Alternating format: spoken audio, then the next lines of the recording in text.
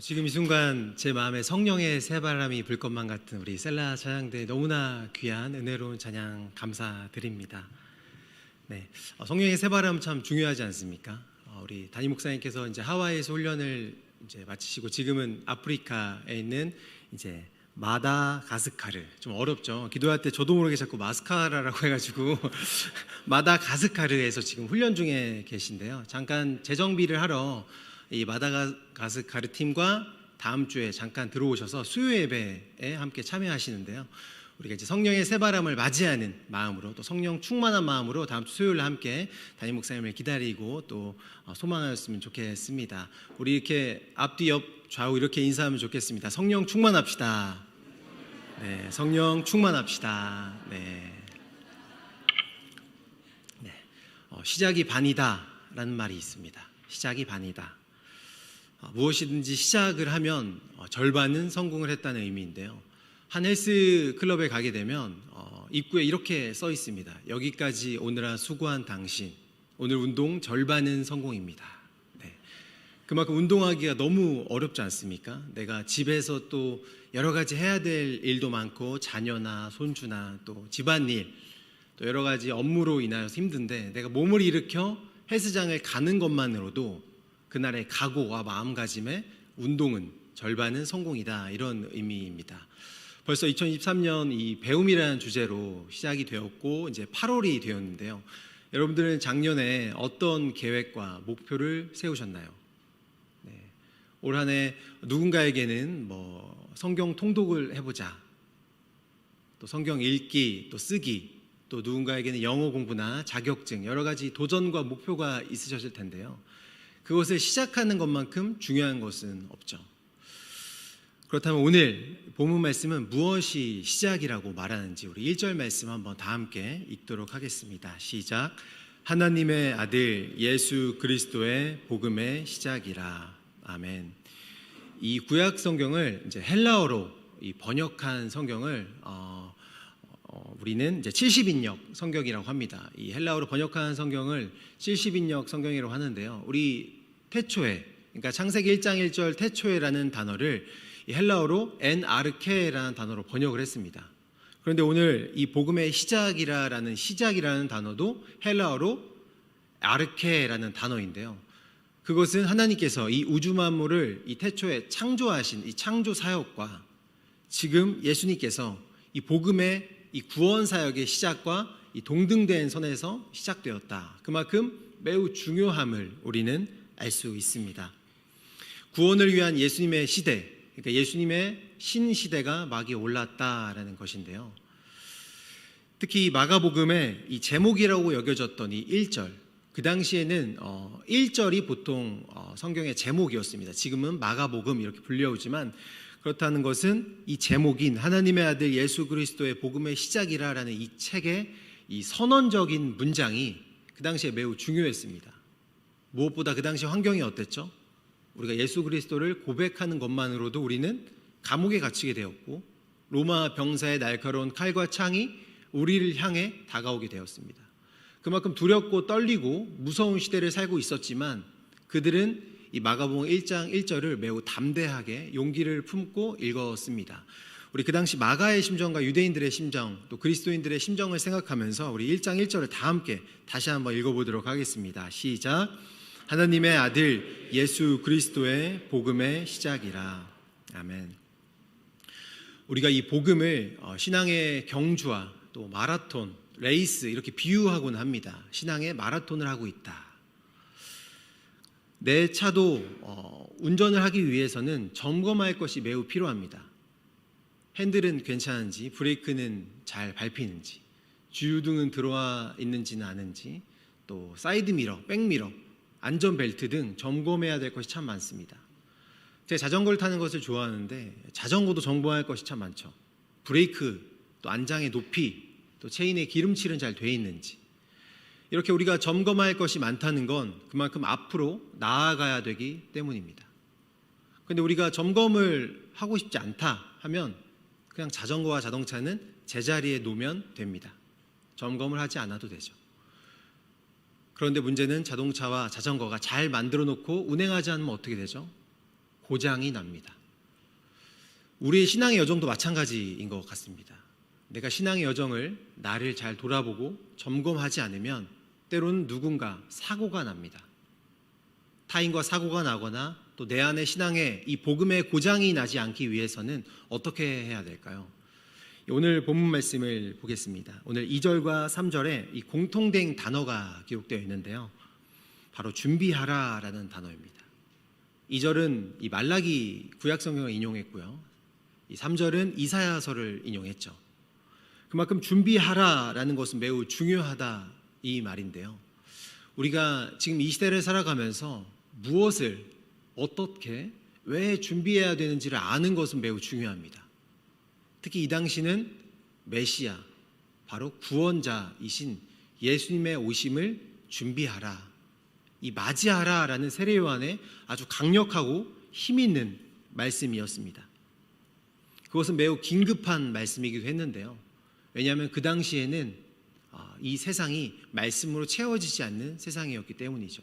바로 정화가 필요한 세상이었습니다. 그들의 삶의 중심에 더 이상 예수 그리스도, 복음이 없었고요. 하나님을 올바르게 바라보지 못했습니다. 그들은 더 이상 예배 드릴 때 흠없는 제물을 준비하지 않았습니다. 그만큼 오염된 세상이었고 또 하나님의 이 말씀인 예수 그리스도의 이 복음인 이 정화가 필요한 시대였죠. 지금 우리는 다시 오실 예수님을 기다리고 있는 시대를 살고 있습니다. 우리가 이 세상을 바라볼 때 지금 이 시대는, 이 세상은 어떤가요? 깨끗한가요? 계속 들려오는 뉴스나 소식을 보면 기쁜 소식은 많이 없는 것 같습니다. 그만큼 이 세상에 정화가 필요한 세상이 여전히 지속되고 있고 여전히 이 복음, 예수 그리스도가 전파되어지는 세상은 지금 여기 기록된 마가복음의 시대와 지금 우리 시대가 같다고 볼 수 있습니다. 같은 본문이 마태복음 3장은 이렇게 기록되어 있습니다. 회개하라, 천국이 가까이 왔느니라. 이 회개라는 단어를 들었을 때 우리의 마음은 어떠신가요? 누군가 우리에게 회개하라 라고 했을 때 우리의 마음에 거부 반응이 일어날 수 있습니다. 왜냐하면 우리는 죄인이고 이 회개에 대한 두려움과 이 거부하는 본능적인 죄인의 속성 때문인데요. 특히 이 당시 백성들은 열심히 기도했습니다. 메시아 구원자가 오셔서 지금 우리를 압제하고 있는 로마 이 군인들을 물리쳐 주사 우리를 올바르게 세워주세요. 이렇게 구원을 향한 기도 요청을 했지만 이 선지자는 오늘 우리들에게 회개하라라고 요청했습니다. 그들의 기도의 응답이 회개하라였다는 것이죠. 우리가 회개라는 단어를 조금 다른 모양과 표현으로 찾아볼 필요가 있는데 오늘 마가복음을 보니까 예수님의 모습 속에서 한번 찾아보았습니다. 그 단어가 이 겸손이라는 단어였습니다. 겸손한 자에게 주어지는 이 회개라는 특권이 있습니다. 회개하는 자에게 부어지는 이 겸손이라는 예수님의 마음이 있었습니다. 회개라는 겸손은 우리의 이 신앙과 믿음이 무너지지 아니하며 넘어지지 아니하고 절대 실패하지 아니하는 이 승리의 비결이기 때문입니다. 마태복음은 1장에 계보로 시작하죠. 그러니까 왕으로 오신 예수님이 기록되어 있습니다. 마태복음이 왕으로 오신 예수님이라면 이 마가복음은 인자가 온 것은 섬김을 받으려 함이 아니오, 즉 섬김의 예수님, 이 섬김의 왕이 기록되어 있습니다. 이 오늘 본문에 세례 요한의 등장하는 모습을 볼 수 있는데요. 이 세례 요한이 어떤 인물입니까? 엘리사벳의 아들로서 또 마리아와 엘리사벳은 친척이지 않습니까? 그렇다는 것은 이 세례 요한은 예수님과 혈연 관계임을 우리는 알 수 있습니다. 특히 그는 담대하게 말씀을 선포했죠. 이 구약의 말라기 선지자 이후로 끊겼던 이 수백 년간의 이 침묵 속에 많은 사람들은 이 말씀을 기다렸고 드디어 세례 요한을 통하여서 오늘 복음이 선포되어졌습니다. 구름 같은 관중들이 몰려들었죠. 그때 우리는 이런 생각을 할 수 있습니다. 세례 요한 정도 되었으면 조금 교만할 수 있다. 나를 내세울 수 있고 드러낼 수 있지 않습니까? 엄청난 인기와 많은 군중들이 몰렸습니다. 그런데 세례 요한의 모습은 어떠했습니까? 3절을 보겠습니다. 광야에 외치는 자의 소리가 있어. 자신을 소리에 비교했습니다. 나는 소리일 뿐이다. 이 광야에서 외치는 자의 소리일 뿐이다. 내가 예수님과 어떤 관계이고 나의 말씀이 인기 있는 것이 중요한 것이 아니라 오직 예수 그리스도가 전해지는, 나의 입술을 통하여서 선포되어지는 소리일 뿐이다 라고 세례 요한은 말하고 있습니다. 오늘 6절을 보면 이렇게 기록되어 있죠. 요한은 낙타털 옷을 입고 허리에 가죽띠를 띠고 메뚜기와 석청을 먹더라. 이 남루한 옷차림과 청빈의 삶, 그러니까 말과 삶이 일치되는 세례 요한의 모습을 볼 수 있습니다. 특히 그가 거주하던 곳이 광야였지 않습니까? 그 청빈의 삶은 더욱더 많은 사람들에게 예수님의 통로자로 쓰이기에 합당한 삶이었습니다. 그러자 이 7절에 더욱 세례 요한에 선포된 주된 목적이 드러납니다. 그가 전파하여 이르되 나보다 능력 많으신 이가 내 뒤에 오시나니. 나보다 능력 많으신 이가 내 뒤에 오신다라는 것이죠. 세례 요한이 드러나는 것이 아니라 오직 예수 그리스도가 드러난다. 나보다 더 강한 이가 오실 것이고 그분이 드러나신다. 요한복음 3장 30절에는 그는 흥하여야겠고 나는 쇠하여야 하리라 라고 말하고 있습니다. 그는 흥하여야겠고 나는 쇠하여야 하리라. 나는 죽고 예수만 사네라는 바울의 고백과 같은 것을 우리는 알 수 있습니다. 4절에 보면 세례 요한 역시 회개의 세례를 전파하는 것을 볼 수 있습니다. 회개의 세례를 전파한다.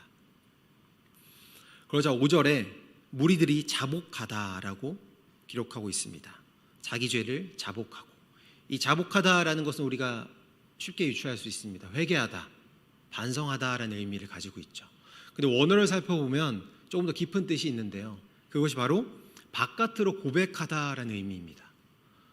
그러니까 내가 혼자 예수님과 독대하는 시간에, 예배 시간이나 기도의 자리에서 조용히 읊조리며 하나님과 1대1로 독대하며 고백하는 이 회개가 아니라 만인에게 드러나도록 나의 죄를 고백하고 나의 죄를 그들에게, 너의 죄를 말하는 것이 아니라 나의 죄를 말하는 그 회개의 무리를 이루었다라는 겁니다.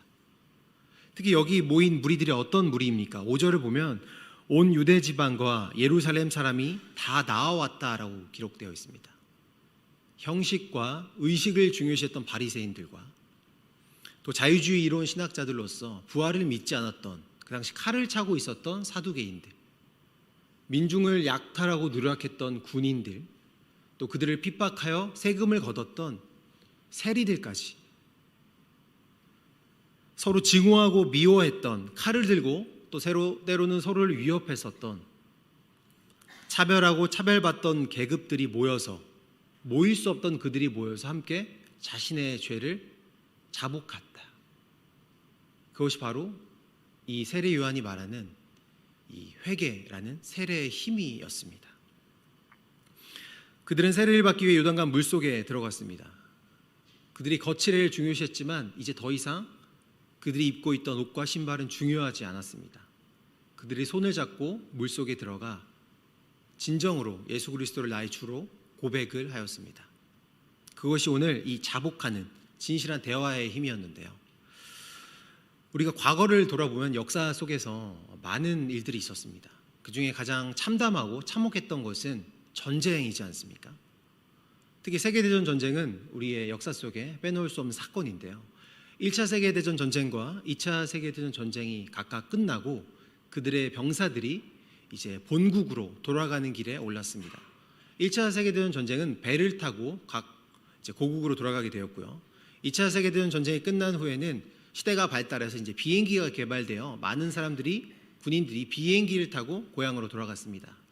시간이 흘러서 많은 트라우마들이 발견되었고 의사들과 상담가, 전문가들이 모여서 그 병사들, 전쟁에 참여했던 병사들을 조사했습니다. 그들이 지금 어떤 상태인가, 그들의 몸과 마음, 특히 여러 가지 정신적으로 트라우마에 시달렸던 병사들이 많이 발견되었는데요. 그들의 예상과는 달리 1차 세계대전 전쟁보다 2차 세계대전 전쟁 이후에 그들의 트라우마가 더 심했다고 합니다. 전문가들은 비행기를 타고 복귀했기 때문에 더 빠르고 신속하게 고향으로 돌아와 가족들을 만나고 더 빨리 돌아와 병원 치료를 받았기에 2차 세계대전 전쟁의 피해는 크지 않을 거라 생각했는데 생각보다 훨씬 2차 세계대전 전쟁의 피해가 큰 것이 발견되었습니다. 조사를 해보니까 1차 세계대전 전쟁 이후에 배를 타고 복귀한 그들은 한자리에 모여서 그들이 서로 대화를 했다는 겁니다. 그들이 대합실에 모여서 서로에게 총뿌리를 겨눌 수밖에 없었던 일과 나의 사랑하는 전우, 친구, 가족들이 내 옆에서 같이 전쟁에 참여했다, 이 죽음을 목격한 그 슬픔과 아픔을 그들이 한자리에 모여서 서로 고백하고 때로는 용서를 구하고 서로 친밀하게 깊은 대화를 나누었다는 것이죠.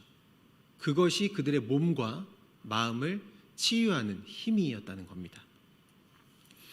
19세기 후반에 우리 조선시대를 보면 어떻습니까? 우리 지체 높으신 양반들과 우리 천민들, 백정들이 손을 붙잡고 물속에 들어가는 사건이 있었습니다. 정말 그들이 같이 한자리에 모일 수 있을 것조차 없었던 그 계급과 신분의 차이를 넘어선 힘은 복음의 힘이었습니다.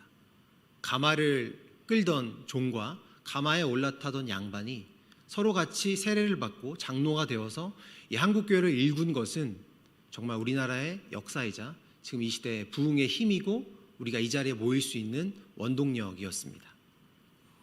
서로 무리지어 회개한 겸손한 무리가 생생한 복음을 증거한 모습이기도 했습니다. 오늘 본문에 기록되어 있는 예수님의 모습은 어떻습니까? 예수님께서 이 땅에 오셔서 철저하게 우리를 향한 이 구원의 계획을 세우셨는데요. 우리 9절 말씀 보도록 하겠습니다.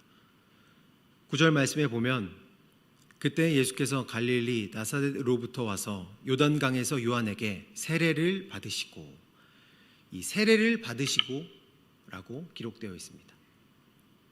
그리고 13절에 보면 광야에서 40일간의 시험으로 들어가신 예수님의 모습을 또 발견할 수 있습니다. 회개의 겸손을 품으시고 그 척박한 광야라는 고난 속으로 들어가신 예수님, 그렇게 시작된 공생의 첫 말씀, 그 설교가 오늘 15절에 있습니다.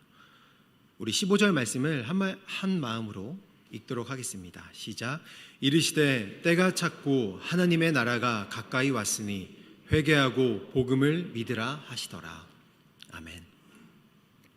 복음은 시작되었습니다. 이제 예수님께서 복음을 믿으라, 우리들에게 믿음을 선포하고 계십니다. 우리가 복음의 여정 속에 때로는 누군가와 복음의 사고가 부딪힘이 있을 수 있습니다. 또 내 안에 복음의 고장이 일어날 때 신앙의 정체가 올 수도 있습니다. 그럴 때마다 오늘 이 말씀이 생각나는 저와 여러분 되길 소망합니다. 우리가 다시 오시는 예수님을 기다리는 마음가짐의 두 번째는 바로 선포입니다.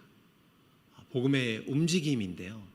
복음은 우리가 잘 알다시피 유앙겔리온이라는 뜻이죠. 좋은 소식, 기쁜 소식으로 알고 있습니다. 그런데 원어를 살펴보면 이 좋은 소식을 전했을 때 주어지는 보상을 의미합니다. 내가 이 기쁜 소식을 전했을 때 주어지는 보상, 이것이 바로 유앙겔리온의 본 뜻인데요.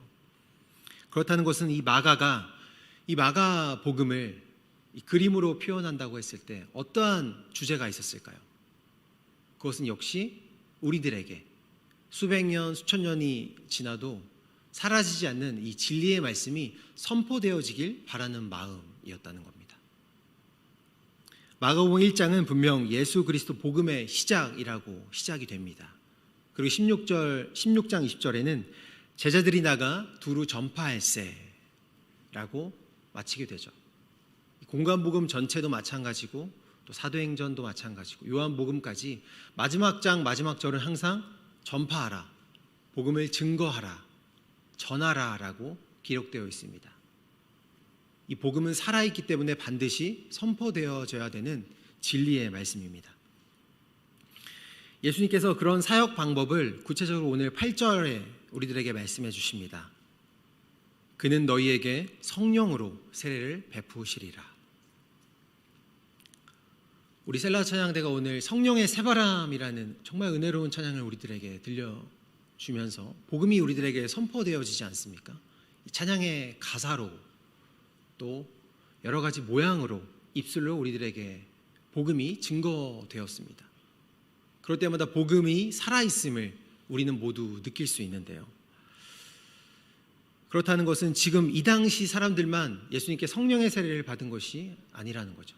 이 기록된 말씀을 통하여서 또 기도와 찬양을 통하여서 지금 여기 모인 이 시대를 살아가는 우리들에게도 여전히 매일매일 하루하루 우리들에게 성령의 그 세례의 은혜가 부어지고 있다는 겁니다. 성경을 보다 보면 이런 생각을 누구나 합니다. 예수님께서는 왜 힘들게 여러 마을 곳곳을 두루두루 돌아다니셨을까?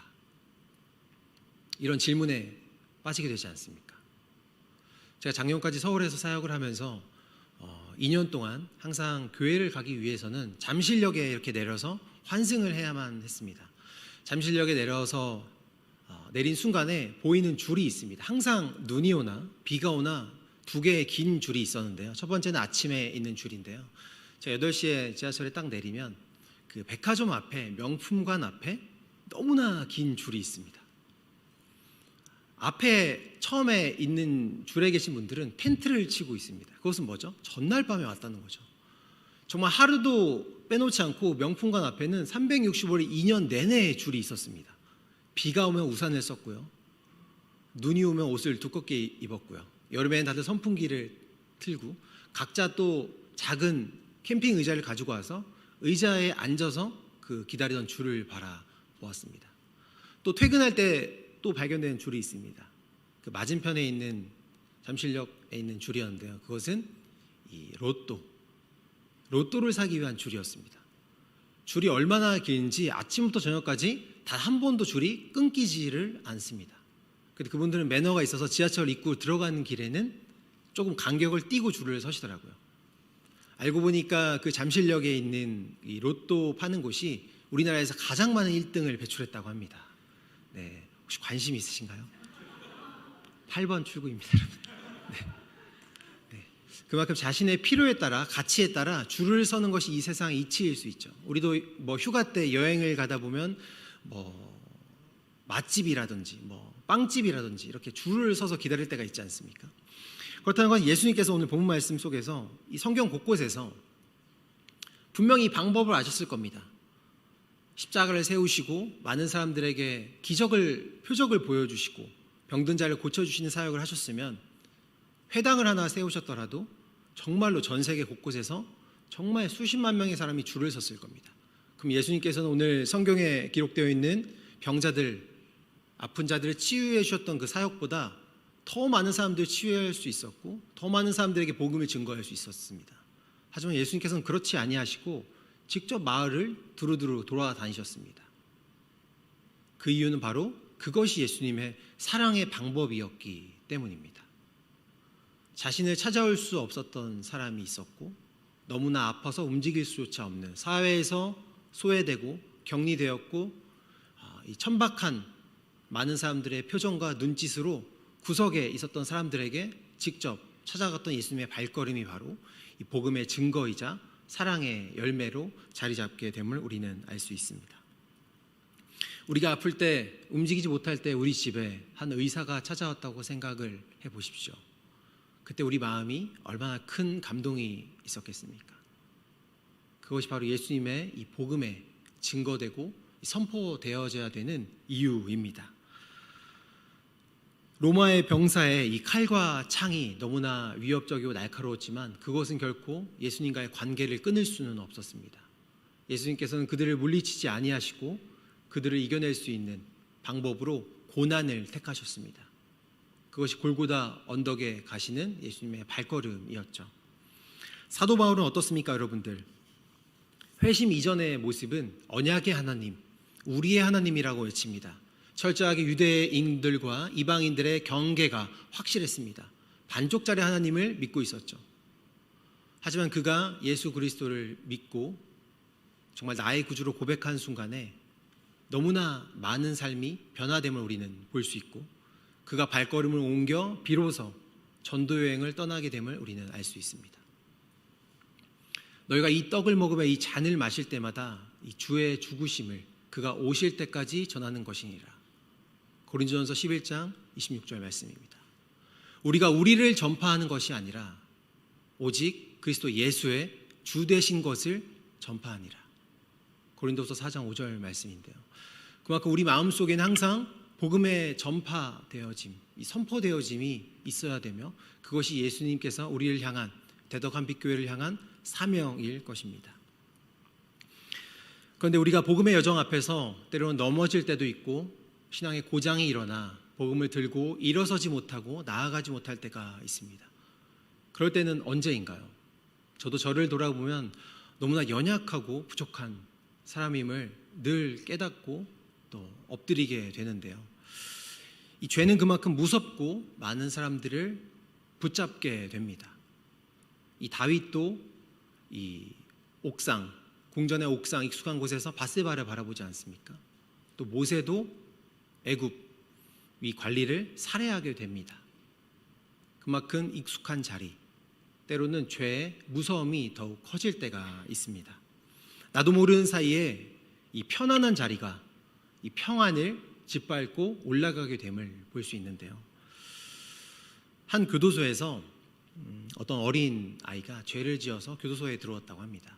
근데 그 아이가 나가면 또 들어오고 또 나가면 또 여러 가지 죄, 절도나 소매치기 여러 가지 죄로 계속 들어오고 나감을 반복했다고 합니다.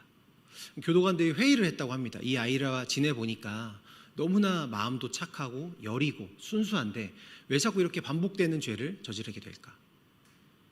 그 아이를 관찰하다 보니까 그 아이가 한글을 읽을 줄 모르는 것이었습니다. 이 글을 읽고 쓰는 것을 모르는 아이가 이 아이를 교화시키기 위해서는 교육을 해야 되겠다. 한글을 가르치자. 그래서 이 아이가 검정고시도 보고 또 대학도 갈 수 있게 이 세상에 다시 나아갔을 때 더 이상 죄를 짓지 않고 이 교육의 힘으로 이 아이를 일으켜보자.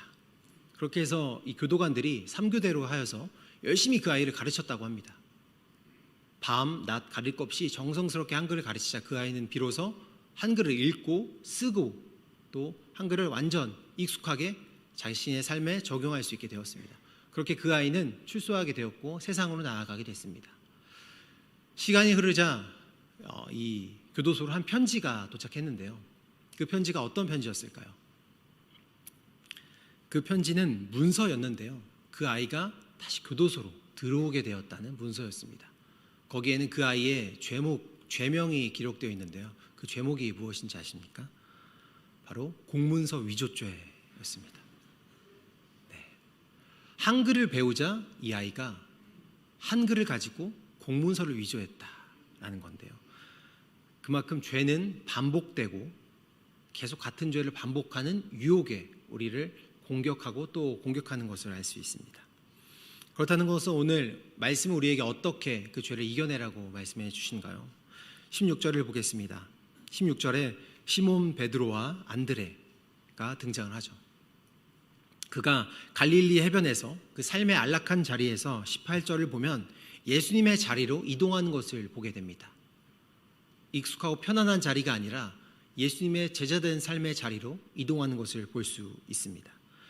예수님의 모습은 어떻습니까? 9절을 보면 갈릴리 나사렛으로부터 요단강, 그러니까 나사렛이라는 30년 가까이 인간 중심의 삶을 살았던 자라오셨던 그 환경에서 벗어나 요단강으로부터 세례를 받음으로 정말로 우리를 향한 사랑의 이 구원의 사역을 시작하는 모습을 볼 수 있습니다.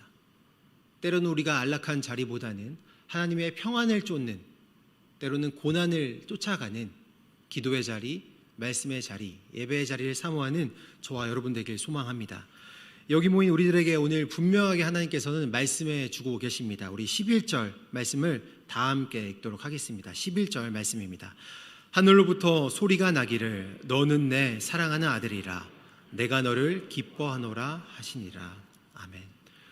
오늘 요한은 자신의 세례는 물로 주는 것이지만 장차 오실 분은 성령 안에 담겨진다라고 했습니다.